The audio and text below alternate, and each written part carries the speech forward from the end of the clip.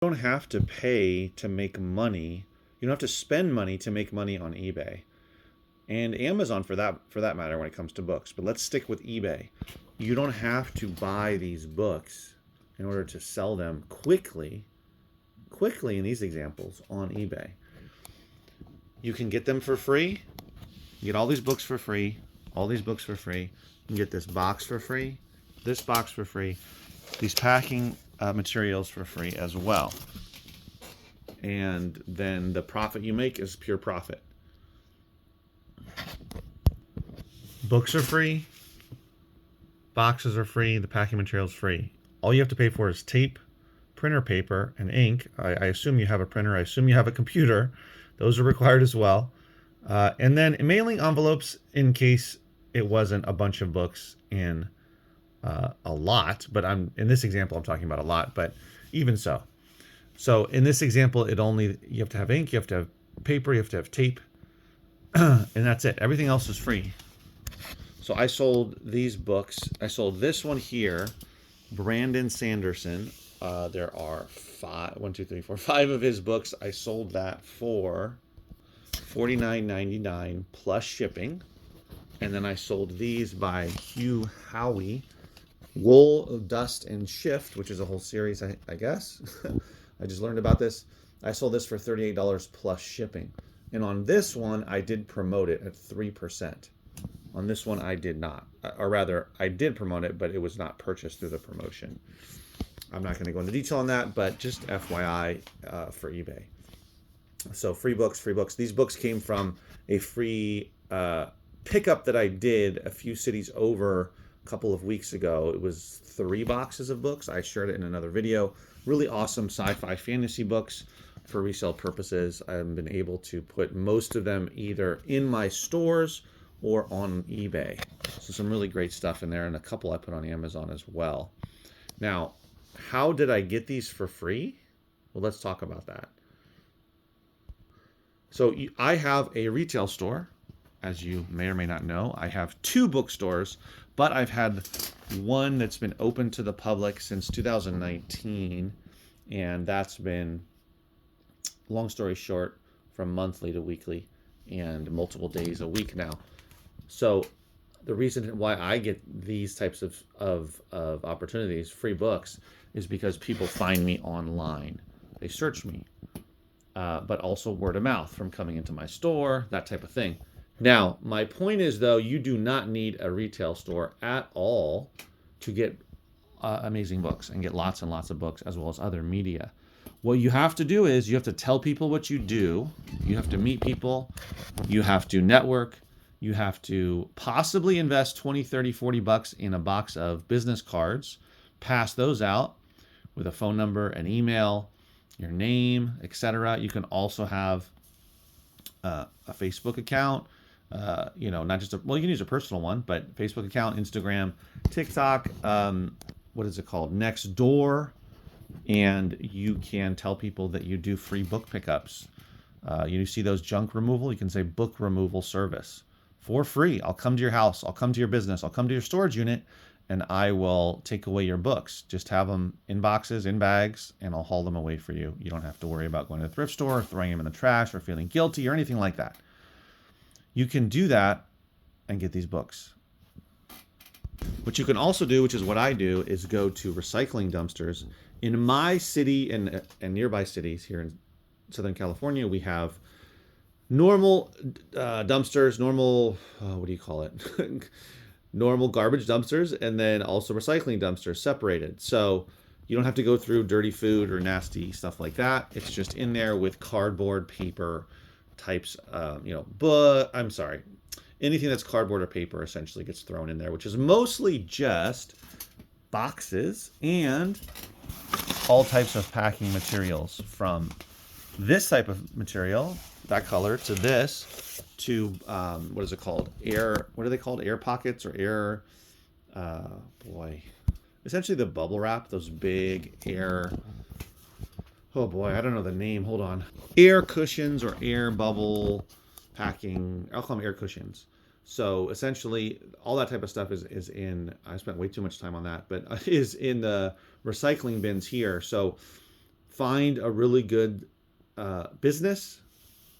Make sure you can go into the dumpster. Usually here where I live, you can't dump stuff. I can't dump my trash in the dumpster, but I can take, as long as there's no posted signs, I can take, what do you call it, boxes and packing materials from the dumpsters. And that's free. So all of this is free.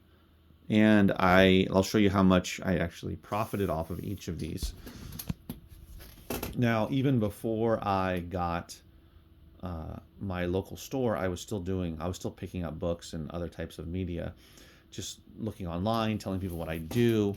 So there's no reason that anyone can't do that anyone can't do this. Essentially, if you have the time, you have the energy, you can do it if you want to. I think this is like one of the best side hustle, grow it from a small income to a big income opportunity still, even in 2024. eBay you can still make a lot of money on eBay. You can also, I'm not as big a fan of Amazon, but you can also do Amazon. So let me show you what they sold for, or not what they sold for, what I profited. Here's a spreadsheet that I keep. Each of them are here and here. My latest 2 eBay sales. Even though my sales were slow the last couple of days, these 2 sales were nice. $49.99 here. $857 was the shipping that that I paid and that they paid. So essentially, after everything, for the $49.99 book lot, I ended up making $40.25, and the other one was $30.48.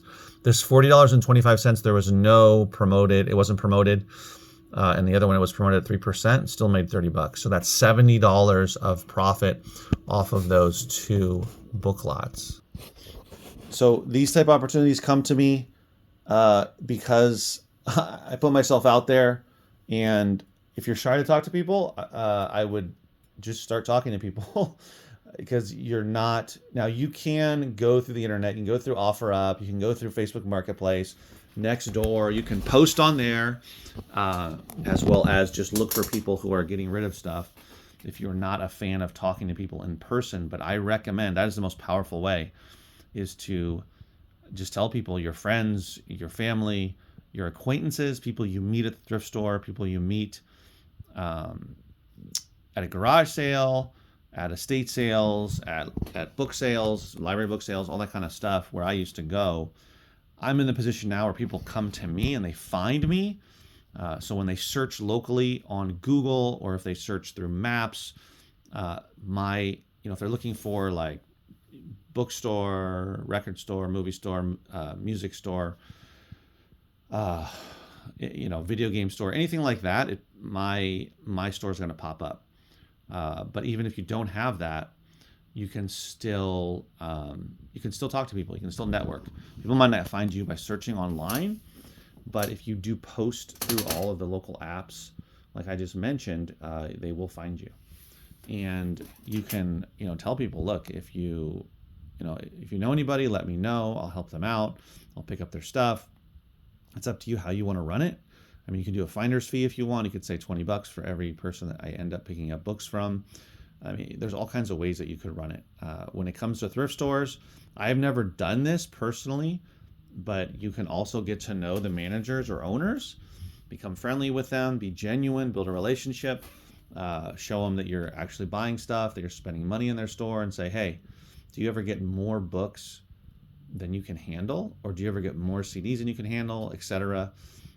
And oftentimes they'll say, yeah, books especially. We get a lot of them. We end up having to just, throw them out, or they pile up in the back. Now, do you want all of those books? Maybe not, but you could do a deal where you could say, banker's box worth of books, stuff with books, I'll pay you $5 a box.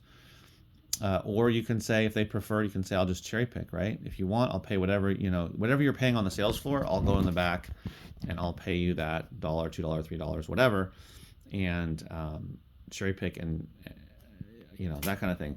Although I would say that smaller thrift shops would probably, they want the money, but they also want the space, so they probably would want you to take more, and that's fine if you do it by the box, right? You say $5, $7 a box, $10 might be a little high, depends on the books they have, right? But you can kind of figure that out, and those are just ideas for how to set up some sort of deal, and try to set it up constantly. Be like, okay, I'll come by every week.